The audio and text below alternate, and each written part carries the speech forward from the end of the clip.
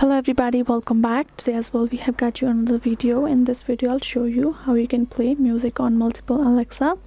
But before that, please do make sure to like our video, subscribe our channel, and yes, without any further delay, let's get into it.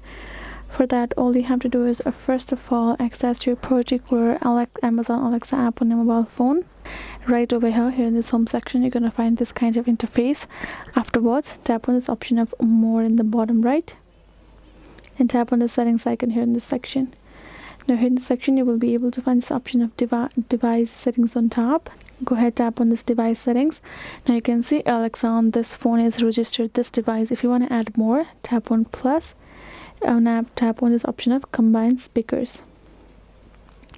Now tap on this option of multi-room music. And now it will simply start searching for the speakers that you have available. Make sure to turn on the Bluetooth on all of the devices, so you can simply detect it and simply connect all of the devices available in your room, in your home. And once you're done, you can simply go back and play any music that you would like on your Alexa, and it will simply play on all of the device that is connected.